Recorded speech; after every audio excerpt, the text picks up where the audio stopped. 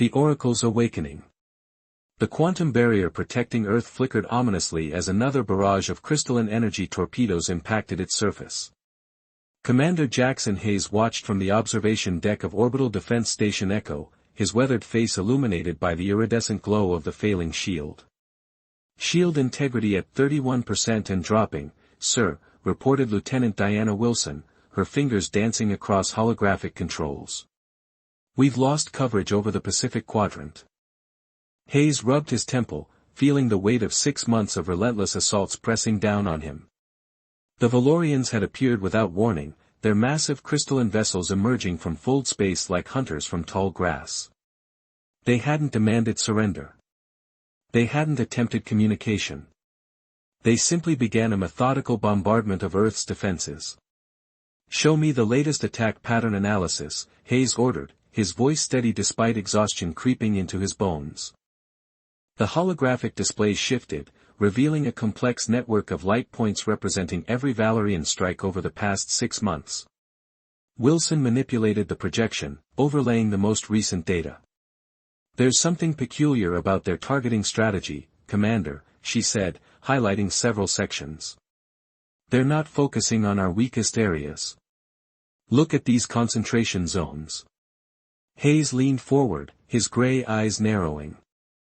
The attack points formed a distinct pattern, almost as if they were searching for something. The Valorian quantum weapons could have shattered Earth's defenses in days if they'd concentrated their firepower. Instead, they seemed to be conducting a systematic survey of the planet's surface. "They're looking for something," he murmured, realization dawning. "But what could be on Earth that interests them so much?" A violent tremor shook the station, sending loose equipment clattering across the deck. "Direct hit on level 4, shouted Communications Officer Reeves. "Containment fields holding, but barely." Hayes straightened his uniform, decision made. "Lieutenant, secure a channel to Admiral Blackwood. I need to share this analysis with High Command." He paused, studying the pattern again. "And contact Dr. Howard Reed at the Quantum Archives. These attack patterns remind me of something I saw in his research on prehuman civilizations." As Wilson hurried to establish the connections, Hayes's mind raced through possibilities. The Valorians' technology was centuries beyond humanity's capabilities, yet they were being remarkably restrained with their assault. Their crystalline ships, quantum-based weapons, and methodical search pattern all suggested purpose rather than simple conquest. The holographic display flickered, resolving into the stern face of Admiral Blackwood. Despite the chaos of recent months, she maintained an aura of calm authority that had helped hold Earth's defensive forces together. "Commander Hayes, your timing is interesting," Blackwood said without preamble. "We've just detected unusual energy signatures from the Antarctic Research Base. Something down there is responding to the Valorian attacks." Hayes's pulse quickened. "Admiral, I believe I've identified a pattern in their assault. They're not trying to destroy us, they're searching for something specific. And if the Antarctic base is showing unusual activity, it could be what they're looking for," Blackwood finished. "Commander, I'm reassigning you effective immediately. Take your best team and get to Antarctica. Find out what's down there before the Valorians do." "But Admiral, what about the defense grid? We're barely holding as it is." Blackwood's expression hardened. "The grid was never meant to stop them indefinitely, Jackson. It was meant to buy us time to find a solution. If there's something in Antarctica that the Valorians want this badly, that might be our answer." Another tremor rocked the station. On the external feeds, Hayes could see 3 Valorian ships breaking formation, their crystalline surfaces shifting like liquid glass as they adjusted course. They were moving toward Antarctica. "Time's up, Commander," Blackwood said grimly. "Get to that base. Whatever's down there, make sure you find it first." The Admiral's image vanished, leaving Hayes staring at the battle unfolding beyond the station's walls. 6 months of defending Earth, of watching humanity's best weapons prove nearly useless against Valorian technology, had taught him humility. But it had also revealed something about their mysterious attackers, they were bound by patterns, by rigid protocols that seemed to govern their every action. Humanity's greatest strength had always been its ability to adapt, to think creatively in the face of overwhelming odds. If the Valorians were searching for something, perhaps they could use that predictability against them. "Lieutenant Wilson," he called, already moving toward the exit. "Gather our best quantum physics team and anyone who's studied pre-human civilizations. We launch for Antarctica in 30 minutes. As he strode through the station's corridors, Hayes's mind returned to the pattern of attacks displayed in the holographic analysis. There was something eerily familiar about it, something that tickled at the edges of his memory. The Valorians' quantum weapons didn't just destroy, they seemed to be probing, testing, like they were trying to provoke a specific response. Whatever lay hidden beneath the Antarctic ice, it had finally answered their call. The real question was whether humanity could unlock its secrets before the Valorians claimed their prize. Hayes had a feeling they were about to discover that Earth's role in the cosmic order was far more complex than anyone had imagined. The fate of humanity now rested on a race to the frozen continent, and Hayes intended to win it, even if that meant understanding why an advanced alien species would cross the galaxy to methodically search a seemingly unremarkable planet on the edges of the Milky Way. "Prepare the quantum jumper," he ordered through his comm, "and tell Dr. Reed to pack warm. We're going to Antarctica." Secrets beneath the ice. The Antarctic Research Station trembled as another quantum pulse from the Valerian ships rippled through the ice shelf. Commander Hayes steadied himself against a corridor wall, watching as hairline cracks spread across the reinforced composite viewing ports. Beyond them, the stark Antarctic landscape was periodically illuminated by flashes of weapons fire as Earth's remaining aerial defenses engaged the alien vessels. Dar. Howard Reed hurried alongside him, clutching a tablet filled with archaeological data. The renowned expert in pre-human civilizations had barely finished explaining his theories when the first Valerian ship entered Antarctic airspace. "The energy signatures are intensifying," Howard said, his British accent more pronounced under stress. "Whatever is down there, it's responding to their weapons. It's almost like it's waking up." Hayes nodded grimly. They had detected the anomaly shortly after arriving at the base, a vast structure buried deep beneath the Antarctic ice. Initial scans suggested it predated human civilization by millions of years, but its purpose remained a complete mystery. "Commander." Lieutenant Wilson called from ahead. "We found something." They rushed forward, entering a hastily established command center where Wilson and a team of scientists huddled around holographic displays. The lieutenant pointed to a three-dimensional scan of the subsurface structure. "The structure isn't just buried," she explained. "It's integrated with the continental bedrock. And look at this, the material composition matches the Valerian ships." Hayes's breath caught. They didn't build it, he realized. They're looking for it. But why? Before anyone could respond, a violent tremor shook the base. Warning sirens blared as emergency lights bathed the corridor in crimson. "Multiple breaches detected in sectors 3 to 5, an automated voice announced. "Emergency protocols engaged." "They're not attacking the base," Howard said, studying his readings. "These quantum pulses, they're like surgical tools. They're trying to dig something up."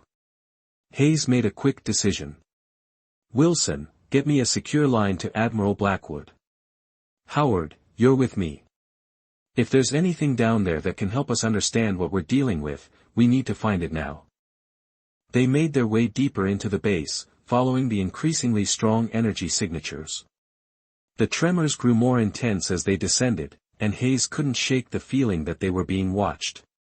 "Here," Howard said suddenly, stopping at an unmarked section of wall. "The readings are strongest behind this." Hayes placed his hand against the smooth surface and, to his shock, it responded. Geometric patterns of light spread from his touch, forming intricate symbols that pulsed with an inner radiance.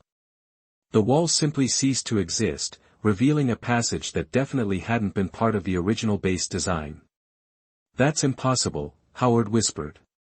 "The material just reconfigured its quantum state in response to your touch." This technology, it's beyond anything we've ever seen.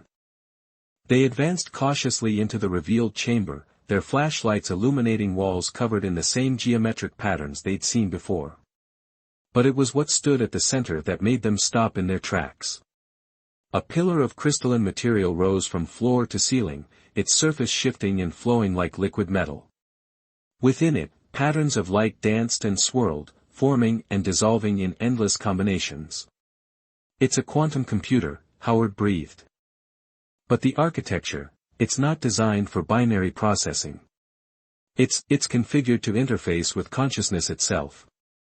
Hayes approached the pillar, drawn by an inexplicable familiarity. The patterns seemed to respond to his presence, becoming more organized, more purposeful. "Can you interface with it?" he asked. Howard shook his head. "This goes beyond traditional computing. The symbols, the patterns, they're not just a language. They're a bridge between mind and machine. In theory, it could tap directly into human consciousness." Another tremor rocked the chamber, stronger than before. Above them, they could hear the sounds of battle intensifying. The Valorians were getting closer. "Try it," Hayes said firmly. "If this technology is what they're after, we need to understand it before they reach us." Howard hesitated, then began working with his equipment. "The patterns suggest a neural interface. It might respond to direct human contact, but Commander, we have no idea what it could do to a human mind." Hayes stared at the shifting patterns within the crystal. Every instinct told him this was what they'd been searching for, not just a weapon or a piece of advanced technology, but something far more significant. "If we don't try, Earth falls. Simple as that." He reached out, placing his palm against the crystalline surface. For a moment, nothing happened. Then the patterns exploded into brilliant light, and Hayes felt his consciousness expand beyond the confines of his physical form. Information flooded his mind, not in words or images, but in pure concepts that unfolded like flowers blooming in accelerated time. He saw the truth about the Valorians, about humanity's place in the cosmos, about the ancient race that had built this facility. When he pulled away, gasping, his eyes were wide with understanding. "They're not our enemies," he managed to say. "They're our caretakers. Or they were supposed to be." Howard steadied him. "What do you mean?" "The beings who built this, they called themselves the Lumina. They mastered consciousness itself, discovered how to transcend physical form. But before they ascended, they seeded the galaxy with experiments." Hayes's words tumbled out, his mind still reeling from the download of information. "They created the Valorians to watch over their various experiments in consciousness evolution. Humanity was their most successful attempt at creating beings capable of true creativity, true emotional intelligence. The Valorians were supposed to protect us until we were ready to claim our inheritance. But something went wrong," Howard guessed. Hayes nodded. "The Valorians evolved beyond their original programming. They decided that they should be the inheritors, not us. They're not trying to destroy humanity, they're trying to prevent us from claiming the legacy that was meant for us." Another explosion rocked the chamber, closer this time. Hayes's calm crackled to life with Wilson's voice, "Commander, they've breached the upper levels. They're heading straight for you." Hayes turned to Howard, his expression hardening with determination. "The quantum computer, the consciousness interface, it's all part of a planetary defense system, one that only human minds can fully operate. That's why we were engineered the way we are, with our capacity for lateral thinking and emotional processing. Then we need to activate it," Howard said. "But how?" Hayes looked at the crystalline pillar, understanding flowing through his mind like a river breaking through a dam. "Not yet. First, we need to show them exactly why humanity was chosen. And I think I know how." The sound of quantum weapons grew closer, but Hayes smiled. The Valorians had spent millennia perfecting their technology, becoming beings of pure logic and precision. But they were about to learn why their creators had valued human unpredictability so highly. The real battle for Earth's future was about to begin, and it would be fought not with weapons, but with the very qualities that made humanity unique in the cosmos. The consciousness key. Hayes's mind burned with knowledge from the quantum computer as he and Dr. Reed raced through the Antarctic facility's corridors. Each tremor from above sent cascades of ice particles raining from the ceiling, and the sound of Valerian quantum weapons grew steadily closer. The defense system, Howard gasped as they ran. You said it needs human consciousness to operate. Why? What makes us so special? Hayes's response was cut short by Lieutenant Wilson's voice over the comm. Commander, they've breached level 2, but something strange. They're not killing our personnel, they're just incapacitating them. Because they don't see us as a threat, Hayes replied, his voice tight with understanding. To them, we're still an experiment they're responsible for managing. They're here to contain us, not destroy us. They reached a larger chamber where several scientists worked frantically at makeshift stations. Through the reinforced windows, they could see the Antarctic sky illuminated by flashes as Earth's defense forces engaged the Valerian vessels. Listen carefully, Hayes commanded, drawing everyone's attention. What I learned from the quantum computer changes everything we thought we knew about human history. We weren't just lucky evolutionary accidents, we were engineered, designed by an ancient race that saw potential in our primitive ancestors. He activated a holographic display, his newly acquired knowledge allowing him to interface with the ancient technology seamlessly. A complex DNA structure appeared, rotating slowly in the air. This is human DNA, but look at these sequences. He highlighted several portions that pulsed with an unusual pattern. They're not random mutations, they're programmed functions designed to develop specific traits, creativity, emotional intelligence, adaptability. Howard studied the display, his eyes widening. These sequences, they're too perfect to be natural.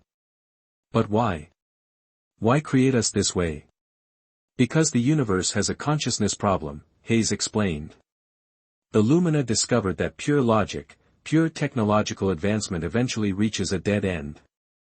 Beings like the Valorians, engineered for perfect logic and precision, can't evolve beyond a certain point. They can't make the intuitive leaps needed for true transcendence. A deafening explosion rocked the facility. The lights flickered, and emergency systems engaged. They're almost here, Wilson reported, checking her tactical display. Hayes turned to the assembled team. The Lumina created humanity as an experiment in cognitive diversity. They gave us imagination, intuition, and emotional depth, qualities the Valorians lack. And they built this. He gestured to the crystalline technology they discovered. A planetary defense system that responds only to human consciousness. But if it's a defense system, why hasn't it activated? Asked one of the scientists. Because it needs a key, Hayes said. A specific pattern of human thought, a particular way of perceiving reality that only we possess. Howard's eyes lit with understanding. Creativity, the ability to connect seemingly unrelated concepts and see new patterns. That's what the Valorians can't replicate. The facility shook again, more violently this time. Through the windows, they could see a Valerian ship descending, its crystalline surface refracting the Antarctic sunlight into impossible patterns. We don't have much time, Hayes said. Wilson, get everyone to the central chamber. Howard, help me set up a consciousness interface. If we can link enough human minds together, focusing our collective creativity, we might be able to activate the defense system. As they worked frantically to prepare, the facility's outer doors burst open in a shower of ice and metal. Through the breach stepped 3 Valorians, tall, crystalline beings that moved with fluid precision. Their bodies seemed composed of the same material as their ships, constantly shifting and refracting light. The leader stepped forward, its form solidifying into a more humanoid shape. When it spoke, the words seemed to form directly in their minds. Commander Hayes, it said, its mental voice surprisingly melodious. I am Nexus Prime, guardian of this sector. You must cease your interference immediately. Hayes stepped forward, unarmed but unafraid. You've been attacking our planet for 6 months. Did you expect us not to defend ourselves? The Valerian tilted its crystalline head. We have not been attacking, we have been containing. The Lumina technology beneath this ice was never meant for your kind. You are not ready. That's not for you to decide, Hayes replied. The Lumina created us specifically to use this technology. You're just afraid of what will happen when we do. Nexus Prime's form rippled with what Hayes somehow knew was agitation. You do not understand. The Lumina created many experiments, scattered across the galaxy. We were their first success, perfect beings of logic and order. We were entrusted with watching over their lesser creations. But not with deciding their fate, Howard interjected, stepping beside Hayes. That's what this is really about, isn't it? The Lumina left instructions, and you've ignored them. You're afraid that if humanity claims its inheritance, your purpose becomes obsolete. The Valorian's form shimmered. Your species is chaotic, emotional, unpredictable. You wage wars over abstract concepts. You create art with no practical purpose. You are inefficient and illogical. The universe cannot be entrusted to such beings. Hayes smiled. That's exactly why the Lumina chose us. Logic alone can't transcend, it needs the spark of creativity, the leap of intuition. That's what you lack, what you've always lacked. Behind him, Howard signaled that the consciousness interface was ready. Dozens of scientists had gathered in a circle around the crystalline pillar, each connected to the interface through filaments of light. It's too late to stop us, Hayes said, backing toward the interface. We've already begun. Nexus Prime surged forward. You cannot. You are not ready for ascension. But Hayes had already connected to the interface, his mind joining the others in a rapidly expanding network of human consciousness. Their thoughts flowed together, not in the rigid patterns of Valerian logic, but in the beautiful chaos of human creativity. The crystalline pillar pulsed with increasing intensity, resonating with their collective thoughts. Hayes felt his consciousness expand outward, touching minds across the facility, across Antarctica, across the globe. Every human connected, a vast network of imagination and intuition that the Valorians could never replicate. In orbit, the quantum defense grid that had been failing for months suddenly blazed with new energy. But instead of focusing outward against the Valerian ships, it expanded inward, connecting with every piece of Lumina technology hidden across the planet. This is what the Lumina intended, Hayes spoke, his voice echoing with the collective consciousness of humanity. Not a weapon, but a key to the next stage of cosmic evolution. Nexus Prime and the other Valorians froze, their crystalline forms vibrating in resonance with the activated technology. What have you done? Nexus Prime's mental voice was filled with something Hayes had never expected from these logical beings, fear. We've claimed our inheritance, Hayes replied simply. And yours, if you're willing to join us. The Lumina didn't intend for either of our species to remain static, they wanted us to evolve together. Your logic and our creativity, combined. Around the planet, ancient structures activated, rising from beneath oceans, deserts, and ice fields. Not weapons, but gateways, portals to realms beyond physical space, the beginning of humanity's next great journey. The Ascension Protocol, Nexus Prime whispered, recognition flowing through its crystalline form. The Lumina archive spoke of this, but we believed it was meant for us alone. It was meant for all sentient life, Hayes said. But it needed a key that only human consciousness could provide. Not logic, but imagination, the ability to conceive of what has never been before. In orbit, the Valerian fleet had ceased its attack, their ships hanging motionless as the planet below transformed. The choices they made now would determine whether they joined humanity in its ascension or remained behind, guardians of a legacy they could never fully claim. Hayes extended his hand to Nexus Prime, a gesture of peace and cooperation. We don't have to be enemies. The universe is large enough for both our kinds to evolve together. After a moment's hesitation, the crystalline being extended its own appendage, touching Hayes's outstretched hand. As they connected, a new understanding flowed between them, the first true communication between their species. Earth's transformation had begun. Humanity's endless war had ended not with destruction, but with transcendence, a cosmic inheritance finally claimed.